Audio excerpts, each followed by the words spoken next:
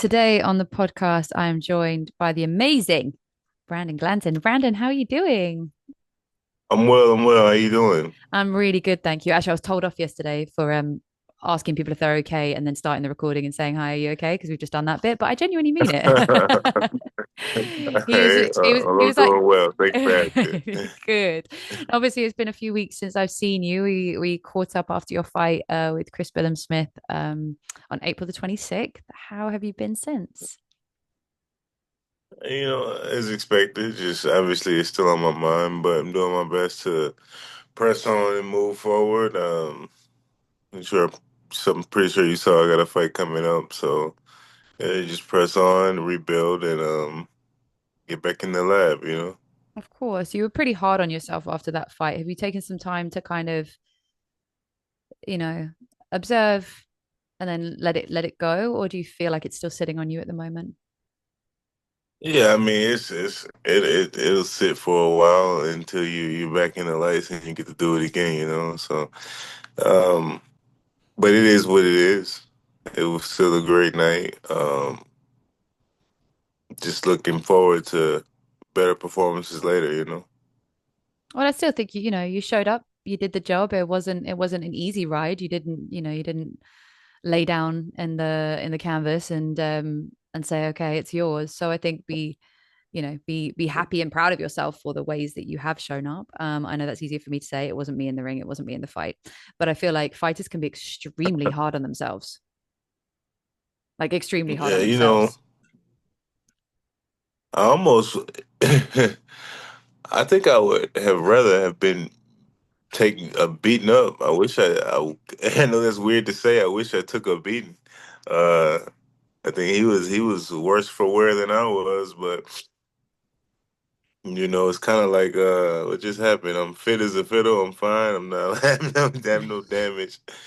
But apparently I lost, so all right. But yeah, you know what, man, you move on and on to bigger and better things. Definitely. So you've got your fight coming up July? Hmm. July. No, June. July. June, It is June, June. It is June. Yeah. Wow, June, that's yeah, fast. June 13th, yeah. When are you going back into camp? Yeah, like I said, I'm in camp now. Yeah, that's what I was Um, thinking. It's 2 months, in right? camp now. Yeah, it's just, like I said, I didn't take any damage, so it's just like, all right, I could do this tomorrow.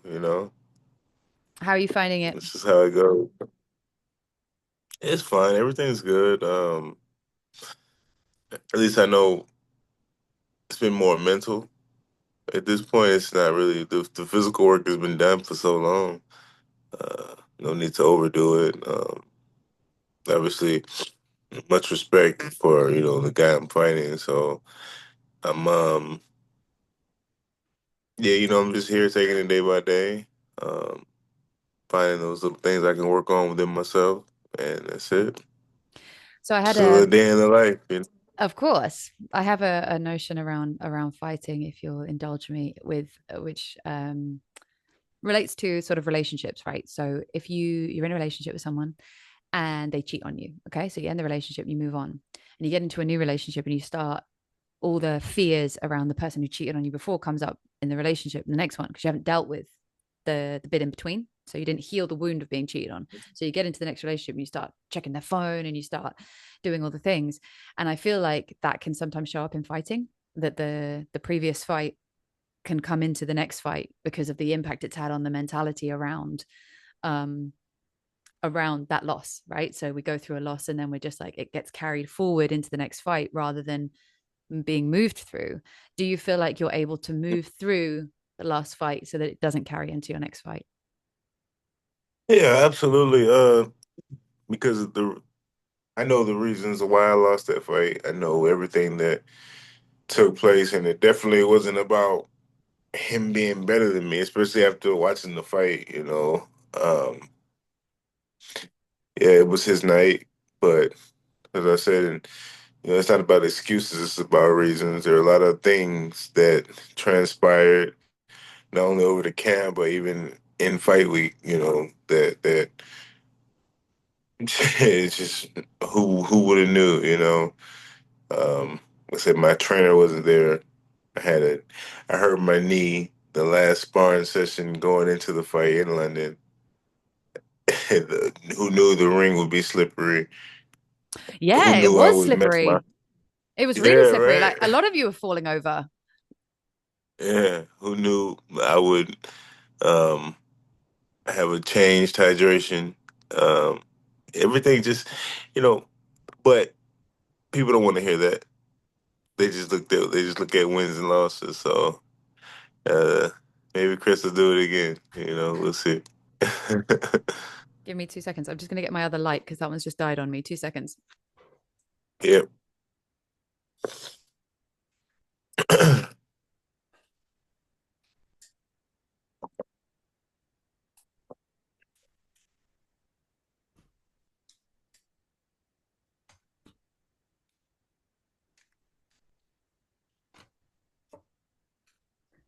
Kind of like fighting. You can never rely on technology to go your way. Um, so Yeah, right.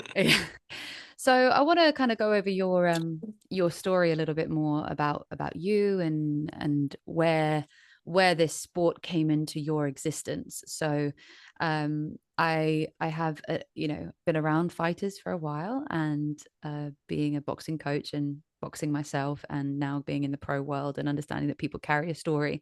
Everybody who boxes carries a story because it is a crazy ass decision to want to walk into the ring and get punched in the face and do it for Yeah, fun. right.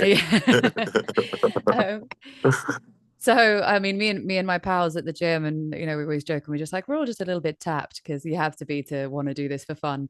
But I feel like everybody carries a story, and there was the way that I say it is there's a fight before the fight. So there's a thing that happens, and I say this to everybody. There's the thing that either you experience or you feel or you go through that kind of leads you to the boxing gym. What was your thing?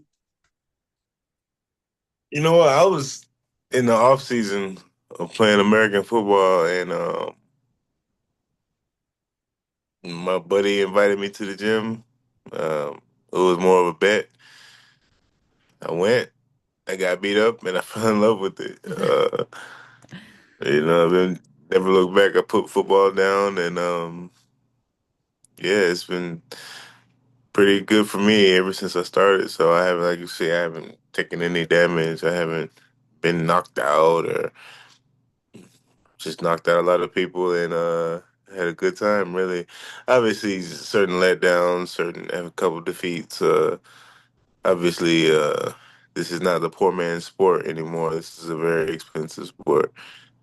Um, but I love the process. Um, I kind of feel like boxing chooses you. You don't really choose boxing, so uh, it's been a hell of a process. That's for sure. What were you like as a kid? I was a badass kid. I tell you, I was a little shit starter. I'm not gonna lie. I was terrible. No, I was good in school. I just was real mischievous, you know.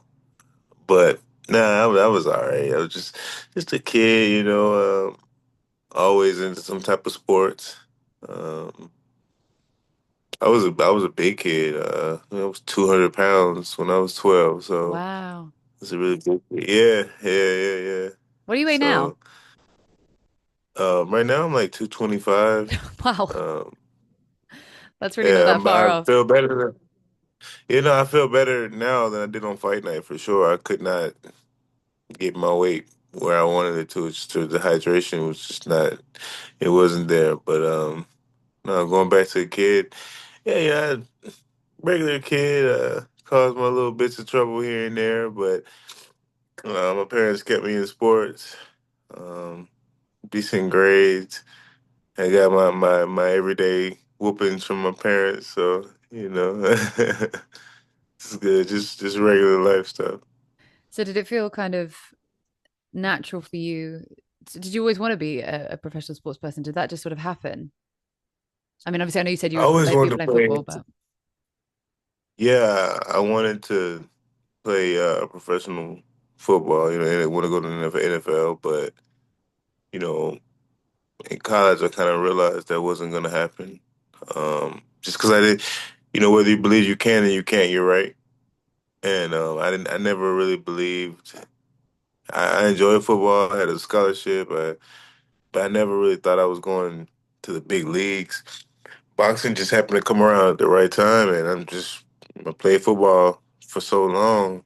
It's like, all right, let's try something new. Let's put all my eggs in this basket, and it works out. Yeah, of course. What does boxing make you feel? Alive, alive. Shoot, man, boxing is it's the reason for the season, right? It's the first thing I wake up in the morning, the last thing before I go to bed. So obviously it's in my mind, on my mind all day long. Excuse me. So I don't have any children. I don't boxing is my child. So I agree that I feel like boxing chooses you, and it doesn't always make sense because I actually wrote this on my Instagram yesterday that I never understood why God put boxing in my heart because I have a medical condition, which means that I was never allowed to fight. And I did. I went Mm, against it and I signed a waiver and said, if I die, that's my fault. But I I couldn't understand why he would give me this passion and not let me do it. So I had this battle for years of like, why would I? And the way that I discovered boxing, I was 18. I didn't grow up in a boxing household. I was 18 and I was dancing in the ring for the university team. mm, So I was the dance team. They were the boxing team. The boxing team were like, "Can you come do entertainment?" We were like, "Yeah, sure." And that was the first fight I ever saw. And I was like, "What is this? This is like the coolest thing I've ever seen in my life." And it was just this, like you said, it was like feeling alive. And I was sat there with these people and I was like, what does that mean? What does that mean? What does that mean? And I was just like asking all these questions. And then this kind of started this journey for me and I did end up fighting in 2022 and then decided that I was going to become a coach and now moved into this world. What do you think it is about this sport that makes people, when they're in, they are just so in, it transforms their life? What do you think it is about boxing? Um, well, I think some of us like the lights, obviously. Some of us doing this for the pay, but like myself is I never want to die. Obviously we're gonna die in our physical. Can't do anything about that, but I don't want to die twice. That's when people stop talking about you. So always mention Mike Tyson, Muhammad Ali, Floyd Mayweather, Michael Jordan, all these guys, Tiger Woods, these guys from different sports, they'll never die because they'll continue to be talked about. So with boxing, it's you. It's not obviously. I mean, there's a team. The fans don't really see the team, but it's not a team sport per se. The fans see you. You make decisions in there. It's all about you at that moment. So it's like driving a race car and hitting a golf ball at the same time. You know, it's that drive, that adrenaline rush with the calmness. I think people kind of taste that. I know I'm a little bit of an adrenaline junkie, so yeah, what more can you ask for? It's that's my it's the best way I can explain it. It's a feeling, and it's like it's gonna run out one day, but god damn it, I gotta have it. You know, so. I like that. I like what you said about the adrenaline rush with the calm. I feel like Hmm. that's the purest feeling I've ever felt, I think, is knowing that everything is on high alert, but I feel in control.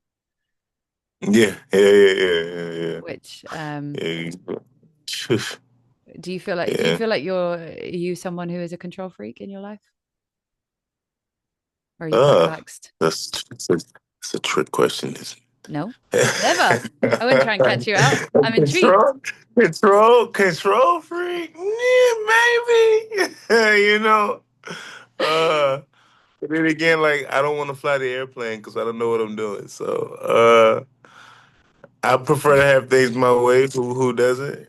Um, Obviously in a boxing ring, yeah, I want to control the pace, the damage, everything. But I think we tend to perform better when we believe we have control. A lot of things we believe we have control, we really don't. So maybe not actually controlling things is the key. It's believing you control things when you don't control anything, you know. So it's the belief you're in control, you know. Yeah, totally. What scares you? Losing Is that in life or in just in boxing? every in every way. I don't like losing. I don't like losing in boxing. I don't like losing the foot race. I don't like losing tying my shoes first. I don't want to lose a spitting contest. You know, losing, coming up short. Uh, Nobody remembers second place. You know, nobody. They didn't let you Floyd Mayweather or Shakur Stevenson. You know, but obviously you understand what I'm saying. Nobody is the first loser. So I I despise losing. It affects me in a different way, especially losses you shouldn't have lost on whatever it is, whether it be a business deal, a boxing match, lose my keys, whatever, you know. I don't want to lose anything. So, yeah, losing, seeing what I could have had, but because I fumbled, I lost. You know, I don't, it's disgusting to me. It's disgusting. It makes me angry. Do you understand the notion that people don't always remember you for what you do, but they do remember you for how you make them feel? Yeah, sure. Sure, Do sure. you And that's why, you know, do you believe in that though? For you, I'm not saying in life. Do you believe that in you? Do you believe that you can have an impact in making people feel something, not just for winning?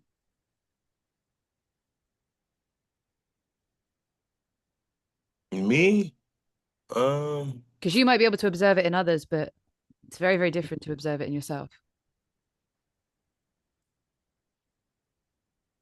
um, hmm. You know, I don't know. That's for the people to decide. I know I want to deliver the people victories. Um,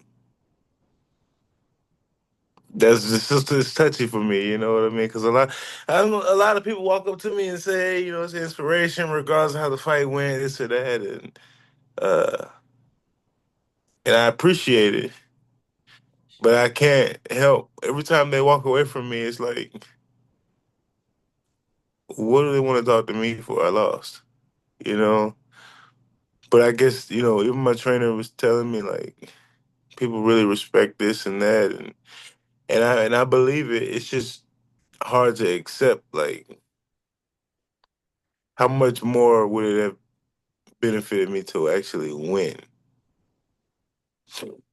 You know,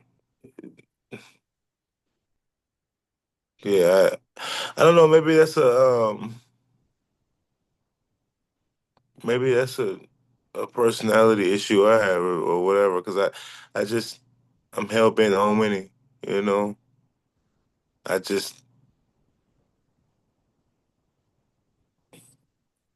I don't know because some of my favorite fighters have losses, and I'm like, I don't care if he won or lost, so I get it. But when it's you, you know, it's especially when you know the work you put in, and you don't even you losing just doesn't even compute. Like it doesn't even. What are you talking about? You know, like what do you? Uh, you know. So yeah, especially yeah, no. Then when you go back and watch it, you're like, what the fuck happened? How? I can't even. It's like, 'cause you know, in some situations, it's like, all right, if this happens, I'll do this. But if this happens, I'll do that. Losing was never. So that's why when I decided to fight with a hurt knee, I decided to fight without my trainer. I decided to.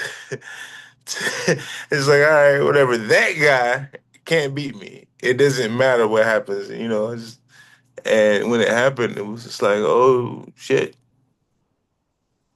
huh? All right, okay. Does it alter the way that you view yourself? Yeah, yeah. This is the show me sport, and you're only as good as your last show. So it's my job to get in there and show people that that was not it. So this is show business at the end of the day. You know, to get on here and give excuses is not what I'm about. I just got to take it on the chin and come back, and then I got to do it again and again and again and again and again and again. And then when I do it all again, when I hang it up, they're still gonna talk about it. Oh, but he, you know. So it's just what it is. One second, let me get a tissue. Go ahead.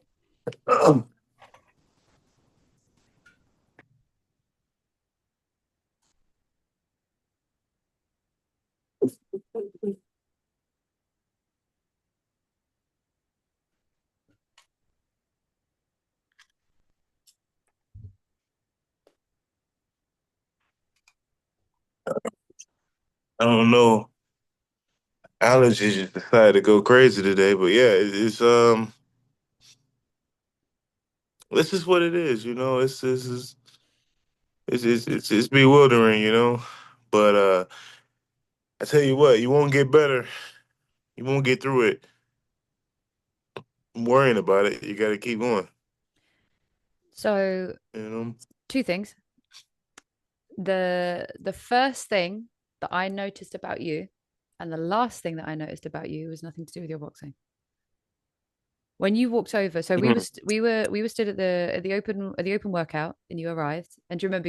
You may not remember, but you were interviewed with somebody else beforehand, and we were going to have a chat, but they had to pull you away because you were doing your media workout. And as soon as Mhm. you started your interview with the other person, and I observed you because I read energy, I go by people's vibe, I go by the way people make me feel. And straight away, I was like, that guy has really great energy. He's a really like, Well, thank you. I was like, he's a really nice energy. Like, I feel like he's going to be a really nice vibe. I feel like he's going to be a good guy. Like, I like him off the bat. I hadn't seen you, I'd obviously seen you box in terms of looked at your older stuff, but I hadn't seen you box in this fight yet. I hadn't had a conversation with you, but I looked at you and I was like, yes, I like him. Then when you and I had a conversation, you were very, very polite to me. You were very polite. You were smiley. You were open. You shook my hand. You said hello. Not everybody does that. Like we'd never met before, but you were, and you had great eye contact. All of these things matter. You went and did the thing. I didn't see you till fight night. And then you came out after a loss and you had a conversation with me. Graciously, you had a conversation with me. And then since then, you and I have had a couple of conversations and then we've led to this podcast. None of that has anything to do with winning or losing. Everything about that was your character and the way you showed up and your energy and the way you portray yourself. So, from my perspective, the battle you have with winning and losing is a personal journey that you're going to have to go on to learn how to really appreciate who you are and the impacts that you have on people that has nothing to do with whether you win or lose. Because people are impacted by people, not necessarily by numbers. So, yeah, you have got people like Muhammad Ali. He was a winner, but he was also a character. Hmm. He made people feel something. He was passionate. He had agenda. He stood by what he believed in. He made people feel something. So it wasn't just about if he was just a string of wins, would people remember him in the same way? Maybe not, because you can have an average person who's a great boxer who does a lot of winning. You're not an average person. You're someone who is kind and genuine and open and friendly and who gives people time of day. That's a character trait. And that is so much more than whether or not you beat Chris Billam-Smith or not. That's observation number one. Observation number two is, are you not afraid that with this pressure, this weight of thinking that winning will equal evading a second death, that each and any time that potentially you lose at life, not just in the ring, but at life, you are putting this immense narrative on yourself, which means that you will stop being able to enjoy the journey because the weight of losing is so heavy, or the fear of the weight of losing is so heavy that when you're in it, you can't be in it because the experience is so laced on, is this the day that they forget me?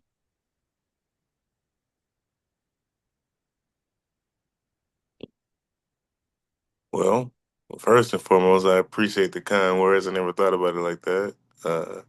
But I didn't, I never thought about it like that. So that's much appreciated. Number two, I don't know.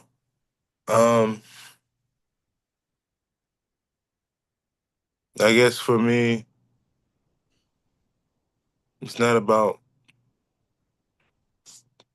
It stopped being fun in the amateurs. The only fun I have with pro boxing is having my hand raised.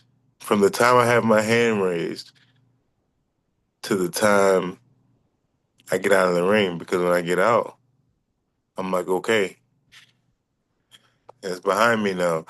Now I gotta get the next win. That's fun. Fun doesn't matter. Being a professional matters, right? Being great at what you do matters. How you feel and what you think doesn't matter. People are paying money to come see you fight when they could have used that money to pay for their kids, or they could have used that money to pay their bills, or they could have done anything else but come see you. So you are the show. You're an entertainer. Go entertain. Go win. My managers or promoters, you better go win. We don't care about how you we don't care about how you feel. Nobody what? I don't care about how I feel because I have a job to do. Oh, my coach wasn't with me. I play the world's smallest violin. Nobody cares. So I guess I don't know, maybe it's a complex issue I have or something, but I know what's in front of me.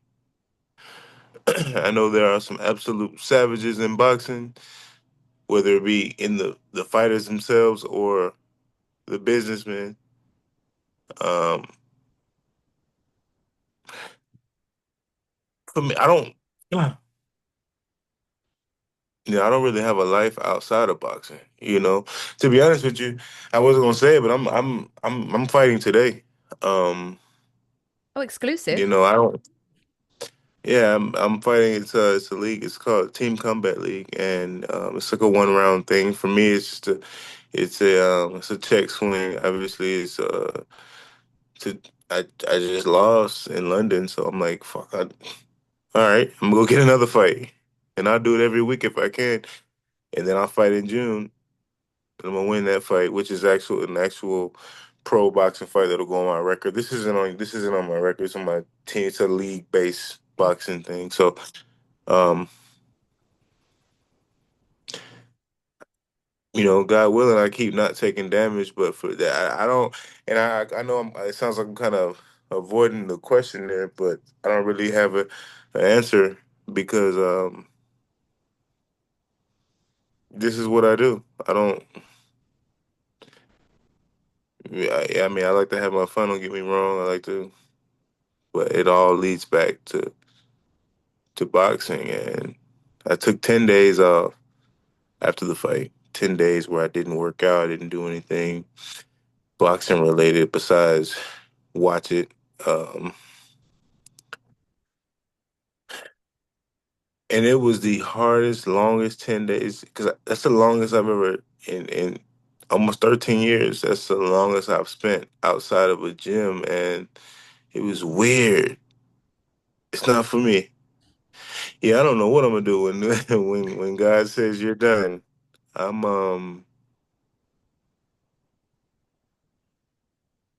hmm.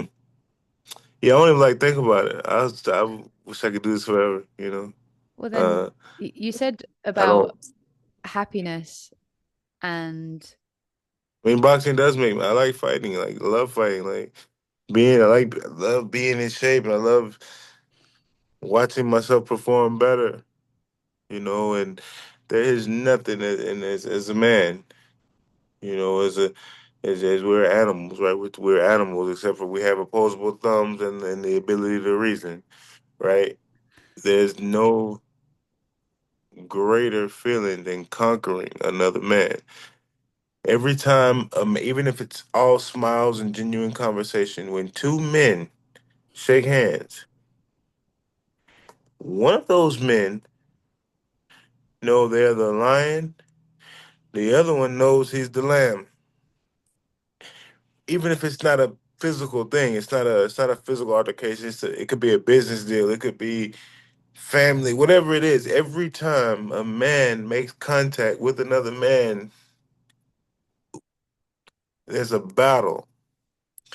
So fighting, boxing, for me, it's the ultimate battle. And I get in here and prove myself. And you get to prove yourself. I just that feeling of, and I don't know if women have the same feeling when they approach each other because I have a different chemical makeup. I'm not a woman. I will never understand what that feels like. But I know as a man, one of us is a lion and one of us isn't. It doesn't mean the lion always wins either. But it's just, man, I love this sport. Like I really love it. I love what I do. Yeah, I love it. But it's and,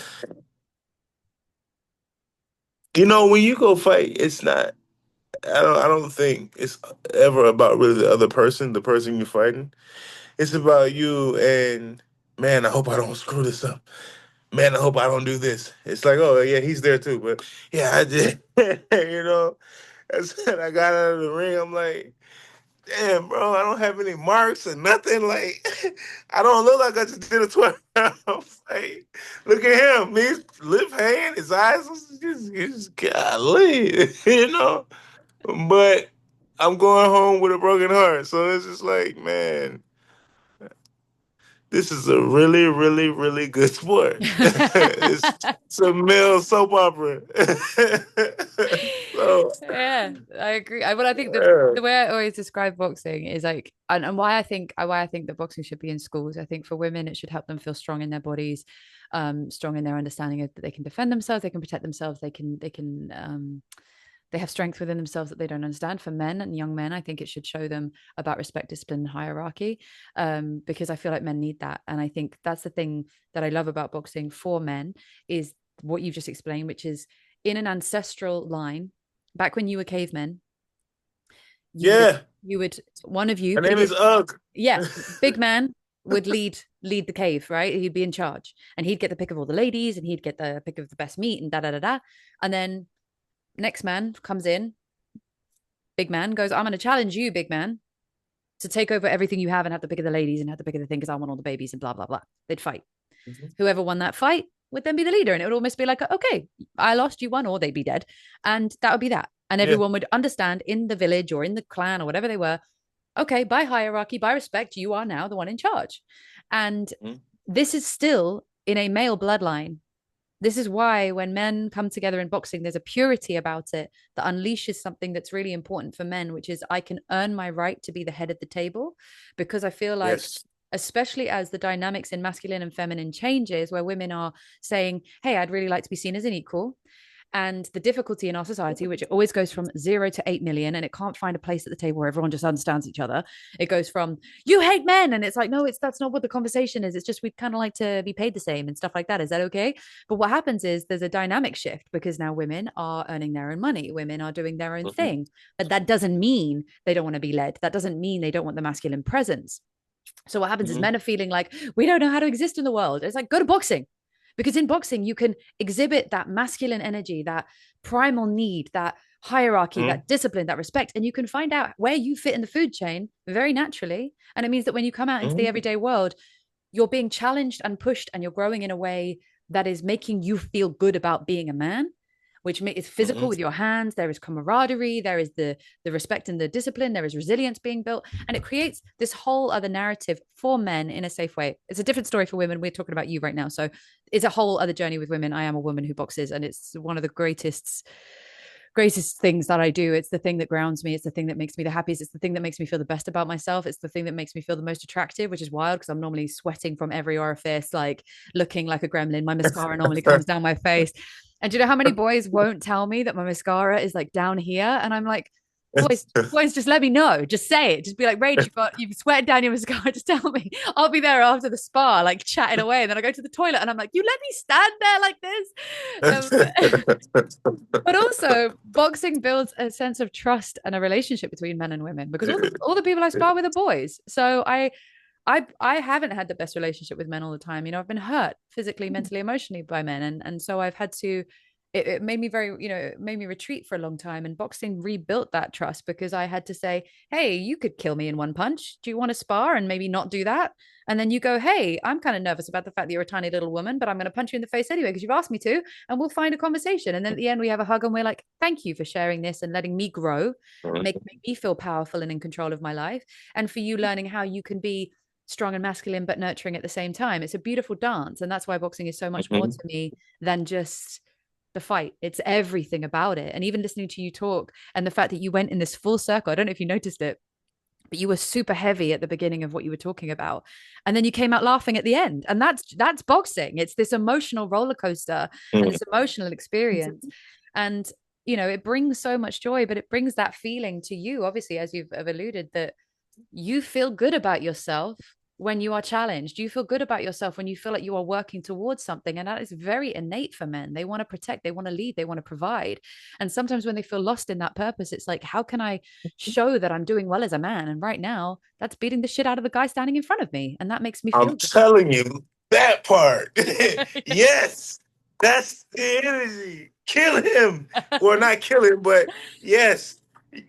Listen, I'm one of the guys. Please take boxing back to 15 rounds.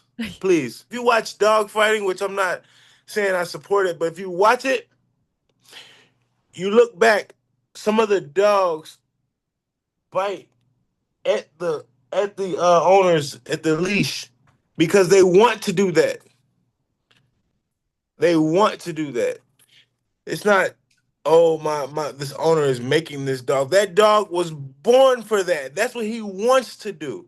He made a choice. His bloodline that's how he was made to I want to do this. So as a boxer, I want to okay, no blood, no cuts.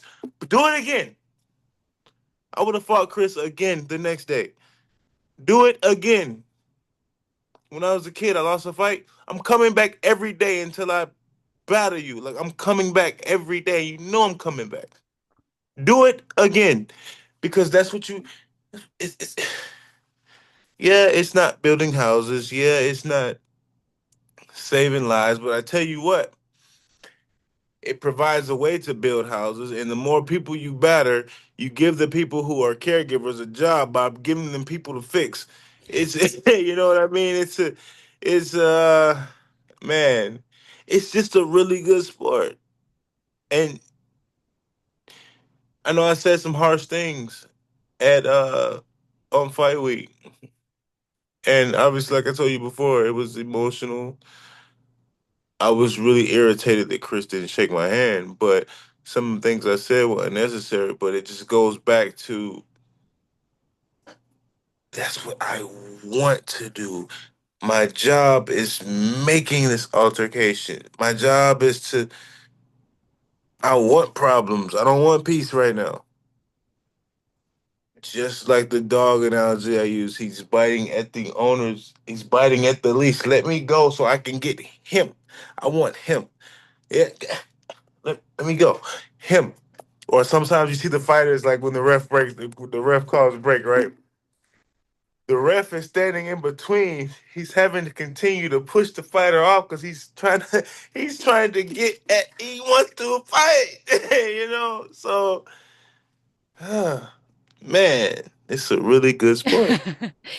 There we It's a go. really good point. This is what I mean about the fact that we can talk about boxing, we can talk about the journey of boxing, and it's got nothing to do with the end result. It's everything that you're now describing, the passion that's coming out of you, the excitement that's coming out of you. None of that is about the end result. It's about the build up. It's about how it makes you feel. It's about that time in the ring. Yes, I understand the notion of winning. I do understand, especially with men as well, because public shame is a real thing. It's like number one Oh in, my God. yep, it's like the Oh number my God. one. It's the I number couldn't one. even stand there in the arena. Like I had to go. I was just walked back. Yeah. Like Yeah. there's this beautiful fight going on, and I just like, you get out of here, man. You're the loser. You gotta go. It's a big Yeah. thing. It's like number one in men's biggest fears is public shame.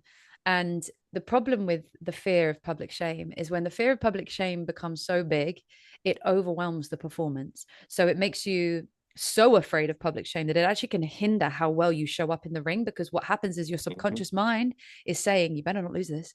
Because can you imagine everyone's going to be saying this about you? They're going to be thinking this about you. They're going to be talking about you. They're going to be. Da, da. Then what happens is that's blocking the flow of being the fighter you want to be. I had it with because I do mindset work with fighters, and I worked with a guy, great fighter, but his first interclub.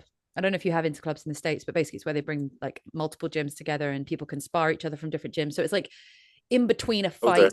It's in between a fight and a sparring session. So it's a little bit harder than a sparring session, not quite as big as a fight, but it means that people can start getting experience of sparring people they don't know. And it's a little bit more Yeah. intense. There's no like winners or losers. It's just like an experience together of, no, that's a lie. We Some of call them, it we call it round robin. We call it yeah, round robin. yeah. Yeah. You kind of bring everybody together. And this guy, particularly amazing, amazing fighter. He was a Muay Thai fighter, brilliant. And I had worked on him on some stuff. But the biggest thing for him is basically he did an interclub. It was his first interclub before his first fight. And he had been knocked out in the interclub. Now, that's not the goal in interclubs. Like, they're meant to build confidence and help people have experience. And then what the other gym did is they took this clip and sent it all over their social media. So Mm. this guy was terrified, terrified of this happening again. So his fight was coming up, but all he could think about was that moment. All he could think about was another public shaming. All he could think about was getting knocked out again and everybody talking about it and sharing it around social media. So we had to get him. My sort of guidance for him was to lean into the fear. Don't walk away from it. Lean in deeper. Feel it. Face it. Lean forward in the saddle, baby. Lean Gotta go forward get it. and face it and feel everything that comes up with it. What does it mean for you? How does it feel? Where does it sit in your body? Like, what is it? And now tell me the worst case scenario. Like, what's the worst case scenario of it happening again? Where do you feel like what is, are you going to die? Like, what's the worst thing that could happen to you? Feel it. Feel what the worst case scenario would be for you in that moment. And if you can do that before you walk in the ring, you've already faced your demon. You've prepared yourself for every outcome. You're not going, I don't want to look at that because that scares me. I don't want to look at that because I don't want to feel that. You're going, all right, let me look at you in the face. Let me face you down. This is the worst thing that could happen to me. This is the worst thing that could happen to me. And it's going to feel like shit. And I'm going to hate myself and I'm going to hate the experience. Okay, feel it. Okay, well, I felt it now. So that's kind of it. He went in and it was a bloodbath and he dominated the fight. He literally was just like blood everywhere and he won the fight by a landslide. And that was actually one of my most Mm. traumatizing corner moments because I was walking up the stairs with the bucket. I was bringing the bucket for him and he spat into the bucket and the blood just went all over my face. And I was just like, Oh I was like, shit. you are the only corner woman in this whole building. You do not react, Rachel. You do not react. You take it like a champ. You take it like a champ. You put that bucket down. You call him out on it afterwards, but then you will go and wash your face. And I was like, cool. Everybody good? Everybody good? Good. Next round. Ran to the toilet. Was like, oh my God. Scrubbing my face in the toilet. Like, oh, he spat on my face.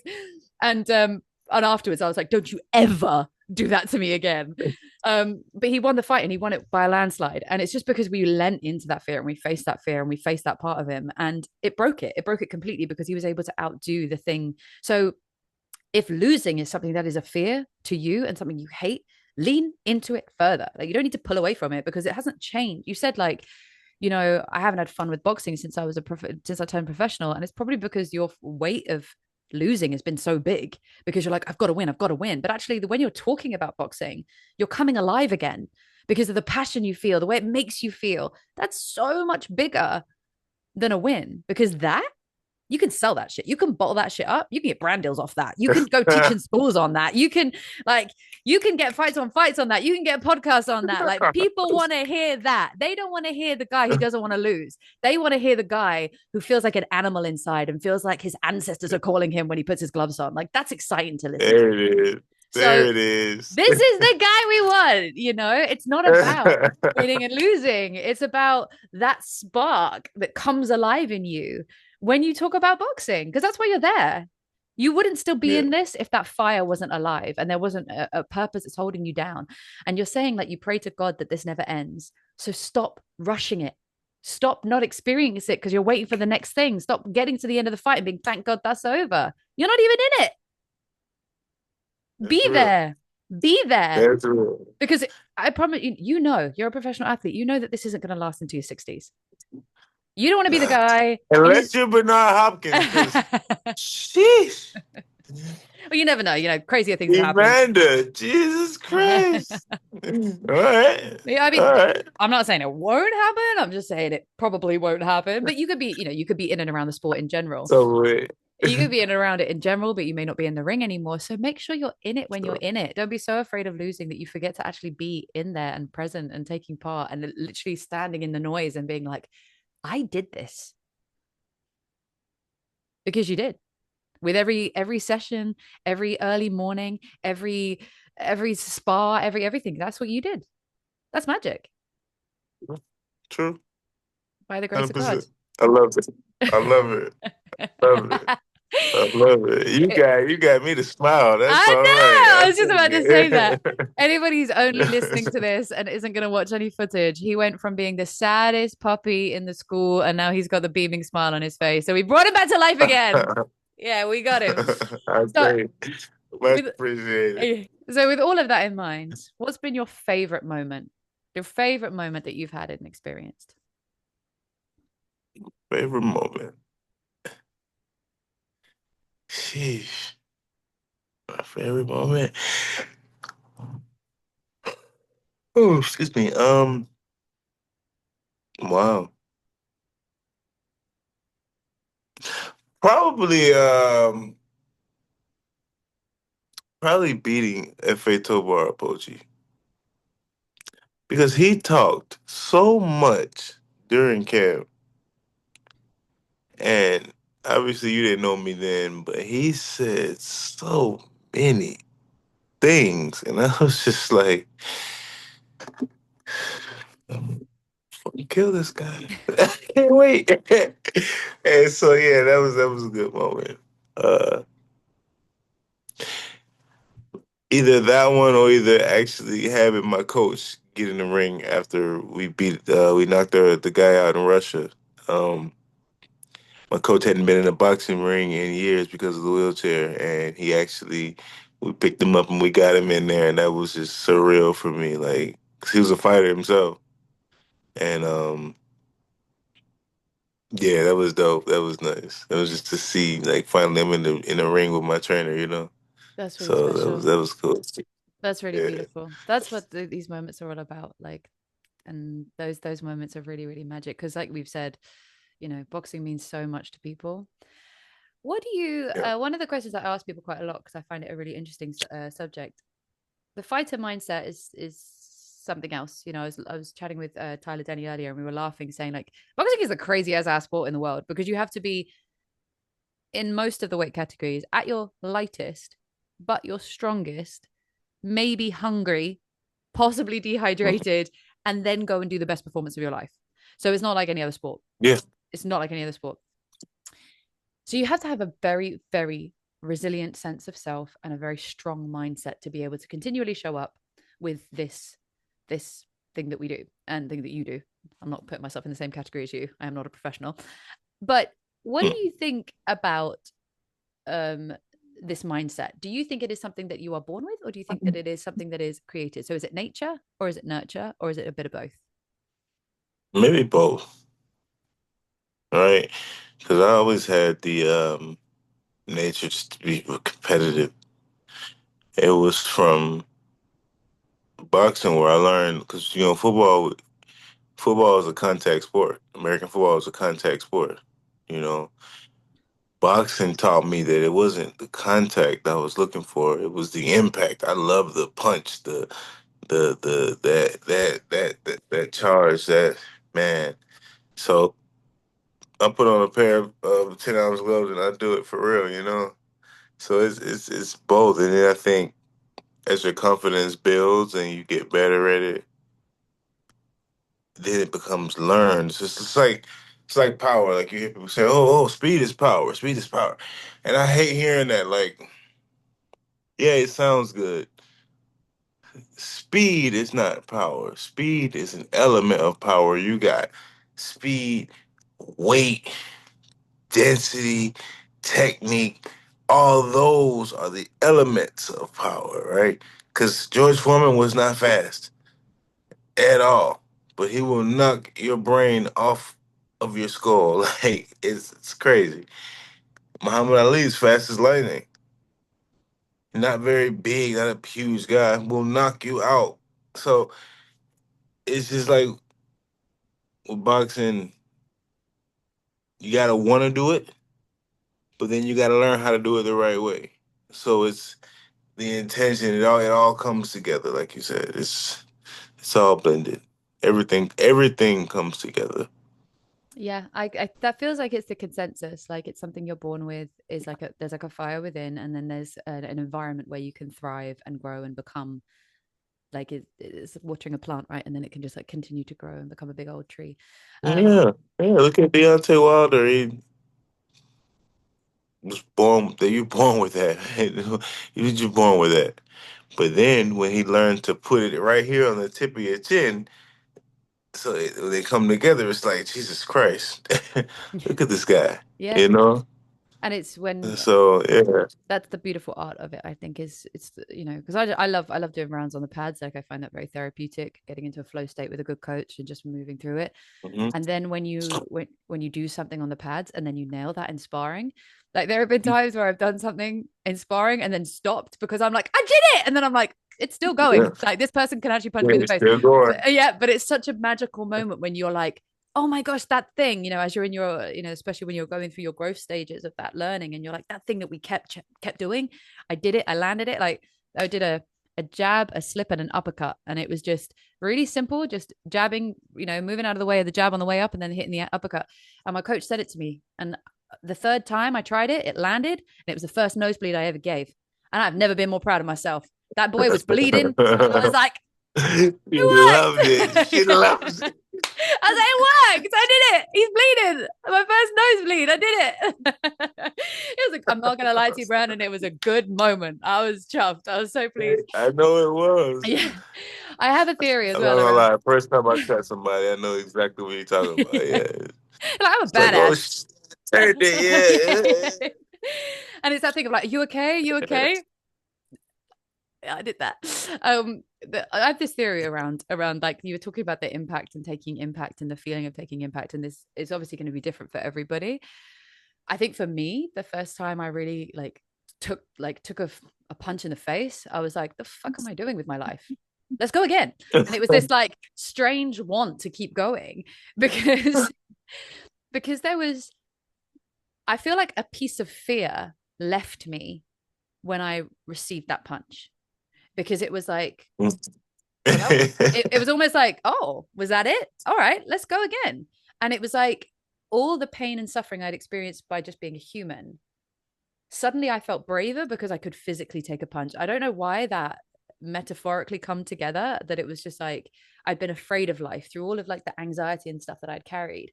And then I stepped into this ring where physical pain was apparent. I took this blow to the face and I was just like, yeah, come at me again. And it was this kind of every time I experienced something where I thought it was gonna like take me out, I kind of came back around Yeah. and was like, I'm still good. Like I'm still okay. Like we were playing, I don't know if you guys do it, it's like the jab game where you try and tap each other without gloves. It's just like a movement Hmm. game. And again, Hmm. because most of the people I spar and play boxing with are boys. So I was playing the jab game with this guy, and he fainted to the head as I dropped to the body. So I just took a bare knuckle, like straight, douche, straight onto the nose. And I'm very good at dropping to a knee. Like I always double check. I'm like, am I okay? Is anything broken? And I dropped down and I could like smell blood and I couldn't open my eyes. But I was like, I'm fine. Okay, let's keep going. And it was this like real like confidence thing. Now, obviously, I'm a woman, my story is different, but do you feel like every time you take that impact, every time you take that blow, you feel stronger about yourself because you're like, yeah, life can't even take me down with something physical. Yeah, I'm like, I'm not gonna lie. And listen, in the fight, I think he hit me with a left hook, and it was a big left hook, but I watched it close. I didn't even blink, and I returned my own, and like the slow motion got him. It was real bad. So, and then he hit me with an uppercut. I walked right into it, and I remember it hitting me right in the face. I'm like, damn, his glove is on your face, B. Do something. You know? So it's just like, after the round, I walked back. I remember I sat down and I was thinking to myself, I said, well, damn, I wish the fucker could punch. At least I would have. It's like, and after that, like, he was winding up the hardest uppercuts he could to my body, the right hand. And I'm just like, here it comes. Oh, shit. It's like, hmm. Like, come on, B, you're losing. Do something about this. It's like, yeah, he can't hurt me, so I'm gonna just fuck it. I'm just gonna knock him out. And it's like I didn't have to worry about that. I was not getting hurt was the last thing on my mind. I was so worried about. One time he was pushing me, and I'm like, I really hope I don't slip. I really hope I don't slip. Yeah, Hello. hello. Oh, did my camera? No, Uh, you're good. You okay? No.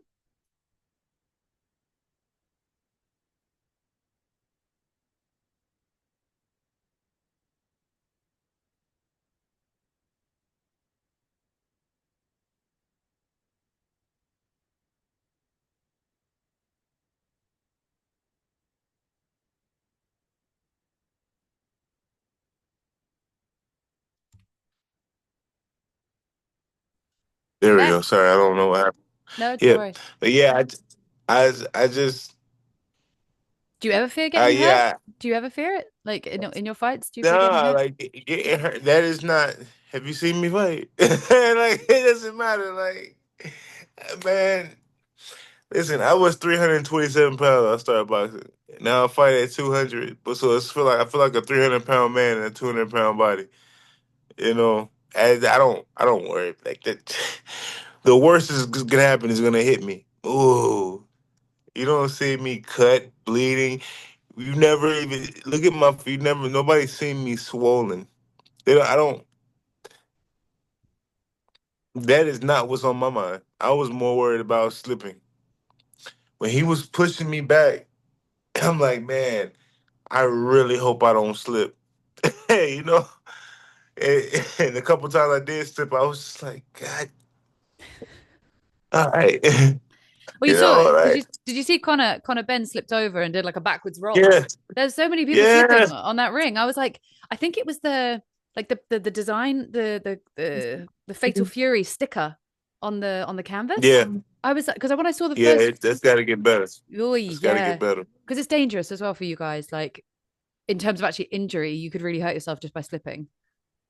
Yeah, Broken legs, yeah. broken ankles, whatever. Brandon, Tearing something. Yeah. yeah, that's not what you, especially if that's the worst thing to go out on like a broken ankle when you're into And it's like, box. oh yeah, yeah. He lost the fight. Why? Did he get hurt? No, he fucking slipped. What? Yeah, he slipped and broke his back. Yeah. Come on, man. Yeah. Oh yeah, I know that would suck. Listen, Brandon, I don't want to take up too much more of your time because I know you have a fight now later, and I've really, really, time is the most precious currency we have. So I always really appreciate when people share theirs with me and opening up and just talking with me. And I love this sport. I feel as passionately about this sport as you do. So it's wonderful to have these conversations with fighters I admire and people that I've watched work. And I never got to be a fighter, so I value I value the training, the discipline, and everything so much because it was a little dream of mine that wasn't meant to happen. So I get to do it just on the ringside, and I get to be a part of it in a small way. So I'm really grateful for you sharing your story with me and just talking to me today. Well, I appreciate you taking the time. Thank you so much. You're very welcome. The last question I will ask though is what would you like to achieve if the sky was the limit? If there were no limitations, no rules, no factors, like what would you want for yourself? As far as boxing or Anything. life, Life, anything. Boxing and life. I want to get to a position to where, people can be inspired, come to me for whatever they are looking for as far as guidance, a path, um, and I can put them on that path. I'm hoping that through boxing, I'm able to give back in a better way to the world and change this image. If people think I'm this big, scary, mean American, I'm not. I'm a proper asshole. I can be, for sure. 100%. I love it. And yeah. But no, man, I give you the shirt off my back. You know what I mean? I hope that I'm able to just like yourself, have people that want to listen and take the time and just give me a chance to hear me out. And I could become beneficial. And I think You that know, to, you are onto that path based on everything that I said on how I felt in your presence when I first met you and how you left after that. So it's not about what you win, it's about how you show up in the world. And I think you have every potential to make that change and make that difference and give back in the way that you want to give back. So I think focus on being more you. And I said this to you, didn't I said focus on the guy you want to be and the rest will take care of itself. And it will, because the way you make people feel, that's why they come back for more. And that's why they're going to want to hear yeah, your for story. sure, for sure. They're going to want to see you fight. They're going to want to do everything. And also, by the way, the thing that I'm experiencing with fighters is you're all big sweethearts and you have to be assholes to do your job. But all of you are just big teddy bears underneath it all. Like you really are. But I won't tell anyone. It's our secret. Don't tell nobody. They might think I'm a nice guy. Yeah, God forbid. God forbid you guys will be Yeah, seen as yeah, nice. right. I think that's more I think that's more impressive when you can be a big sweetheart and then you can go, kill someone with bare hands. Not literally, please God, not literally, but that's No, no, no, but no, listen, no, no, no. yeah, we don't want that, none of that. But listen, it's been really lovely to chat. I hope you and I will stay in touch, and obviously if I'm over in the States or you're over in the UK, we'll hang out, and we'll catch up again, and For sure. good luck with everything. I'm gonna keep on you as well. Now we're best mates, so obviously you've shared your deepest fears with me, so we're gonna be best friends for life. Absolutely. Absolutely. I'm here. Ain't going nowhere. Hey, Amazing. thank you for your time. Thank you so much. Take care of yourself. Speak to you soon. You too. Bye. Bye-bye.